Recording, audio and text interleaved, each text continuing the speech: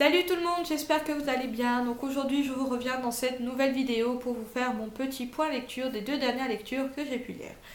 Je vous laissais la dernière fois avec mon petit piochage de papier où j'ai tiré au sort La vampire de Christopher Spike et Les sangs de Cass Morgan.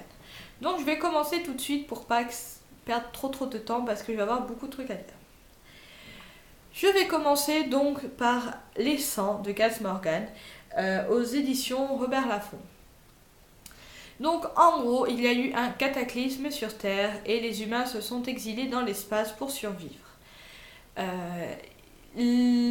Comment dire? La sécurité là-haut est très stricte et donc la moindre infraction peut vous faire vous envoyer en prison. Que vous soyez mineur ou pas. Si vous êtes mineur, vous avez d'abord un procès qui fait que vous soyez enfermé et un deuxième procès qui fait que vous mourrez. Il y a trop de gens, hein, faut bien que ça meure à un moment donné. Donc on va retrouver les sangs qui vont être envoyés dans l'espace pour arriver sur Terre, pour voir si les conditions sont favorables pour pouvoir vivre sur cette Terre. Jusque-là, je dirais ça va.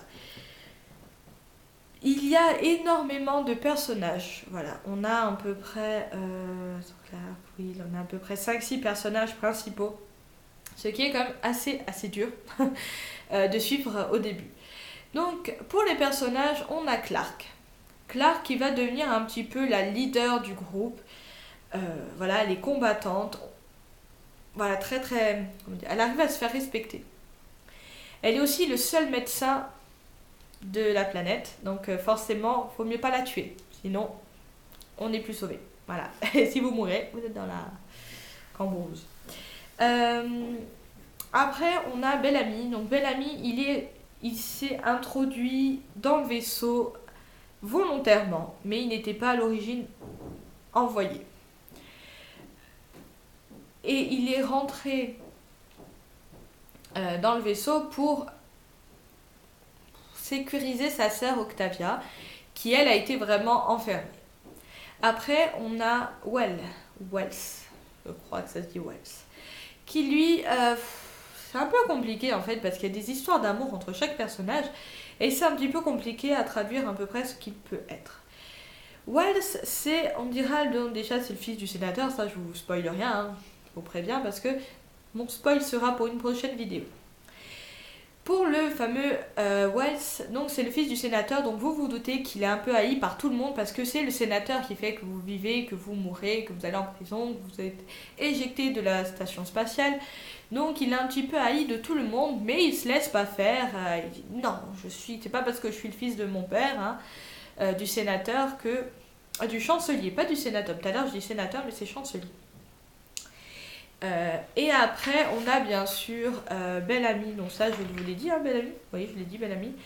On a Clark et Glass. Alors Glass, c'est la seule qui va réussir à s'échapper, mais dans l'autre sens. Voilà, Bellamy rentre dans le vaisseau, elle se barre du vaisseau. Et il va se passer des trucs qui va faire qu'elle ne va pas être poursuivie là-haut. Je n'en dis pas plus, je ne veux pas spoiler. Pour mon avis général du livre, je dirais que j'ai pas mal aimé, sauf qu'au début j'ai eu beaucoup de mal avec les personnages, parce que je m'en mêlais dans chaque personnage. Voilà. J'arrivais pas à faire le rapprochement entre Bellamy, Octavia, voilà. Quand vous voyez que chaque personnage, et c'est un chapitre dans le livre, au bout d'un moment, vous vous trompez. Mais on arrive, au début c'est ça, donc je dirais peut-être les 5-6 premiers chapitres, et après petit à petit on commence à voir les liaisons entre chaque personnage, et là on arrive un petit peu mieux à les cerner. Ce que j'ai beaucoup aimé aussi, c'est qu'on a une partie présent et une partie future dans chaque chapitre de personnage, c'est qu'on va comprendre petit à petit pourquoi ils ont fait ça, pourquoi ils se sont retrouvés enfermés, pour quelles raisons, à cause de qui. Voilà, c'est petit à petit on va comprendre et donc on va découvrir l'histoire de chaque personnage. J'ai beaucoup aimé ce petit retour en arrière parce que du coup on n'apprend pas de suite pourquoi ils sont là et on a ce petit mystère qui plane sur certains mots que peuvent dire les personnages, certaines phrases, voilà.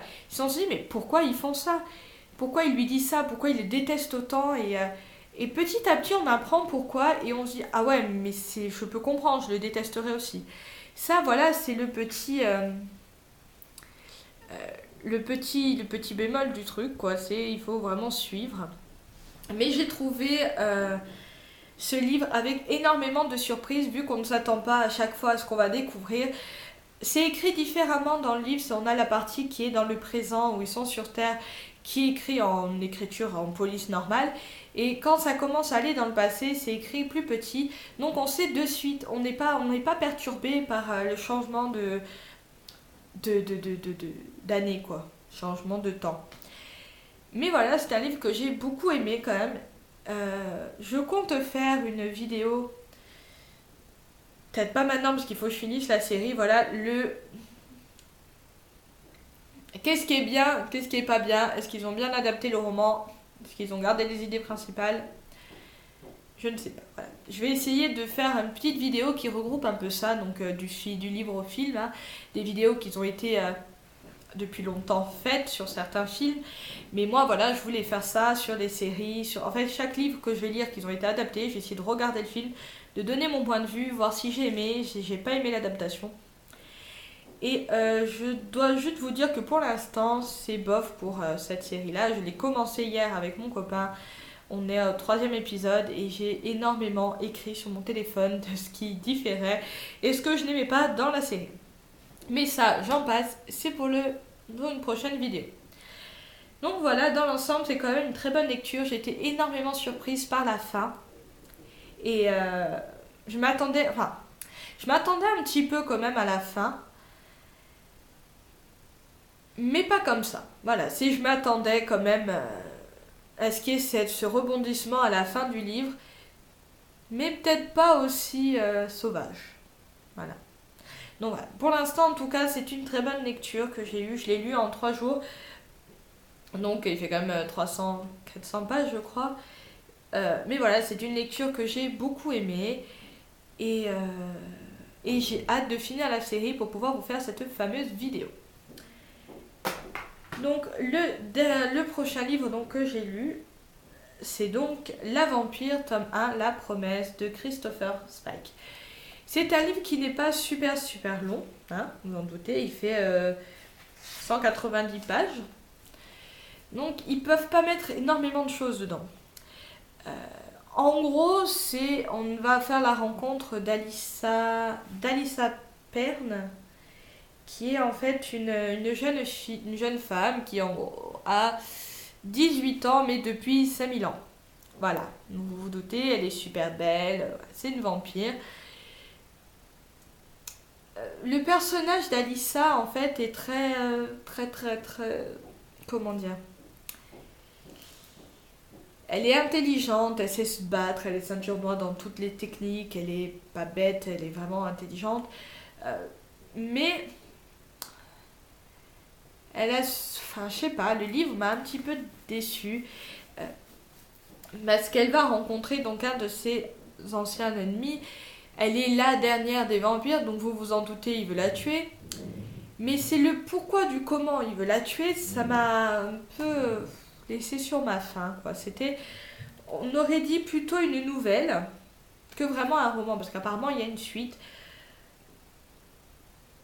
Mais c'était peut-être pas le genre de divertissement que j'aurais attendu en achetant ce livre. On la voit pas beaucoup dans le lycée. Dès le début, on vous met dans l'ambiance qu'elle est recherchée, parce qu'il y a un détective qui la surveille. Je suis désolée du bruit que vous pouvez entendre, je ne sais pas ce que mes voisins font, alors désolée d'avance. Mais voilà, c'est un livre que j'ai lu rapidement et qui m'a pas forcément... voilà. C'est tellement pou que j'arrive même pas à vous dire vraiment mon avis dessus. C'est quand on apprend pourquoi elle ne transforme plus personne en vampire. J'ai trouvé un petit peu ça, un peu débile. En gros, pour pas trop vous spoiler, on dirait qu'il y a un Jésus des vampires qui dit non, il faut pas. Il faut pas que tu transformes des gens en vampires, parce qu'il y a ça. Et de l'autre côté, donc son fameux ennemi, c'est non, il faut que tu tues tous les vampires. Quoi ? C'est en gros, il y a un Jésus vampire qui a dit, toi, tu ne crées plus personne et toi, tu tues tout le monde. Et tu te tues après, bien sûr, parce que sinon, bah, il y aurait des vampires. Et voilà, je trouvais ça un petit peu tiré par les cheveux, quoi. Autant peut-être, si je le trouve d'occasion, je prendrais peut-être le tome 2. Parce que comme je le dis souvent, j'aime pas rester sur une défaite. Et autant le tome 2, il va être énorme. Et là, non, là, surtout la fin, la fin, ça vous tue. Il peut pas avoir de tome 2. Mais si, il y a un tome 2. Et j'ai pas compris. J'ai pas... Christopher Spikes va pas être mon auteur préféré, quoi. C'est vraiment... Moi qui adore les vampires, j'étais super déçue par ce livre. Voilà. Parce qu'un vampire qui boit du sang juste comme ça. Alors elle a le droit de tuer, mais elle n'a pas le droit de transformer. D'ailleurs, la légende du vampire n'est pas très très bien adaptée là-dessus parce que pour se promener au soleil, bon ça c'est depuis Twilight, on peut dire, mais elle scintille pas elle, hein, c'est pas une boule à facettes.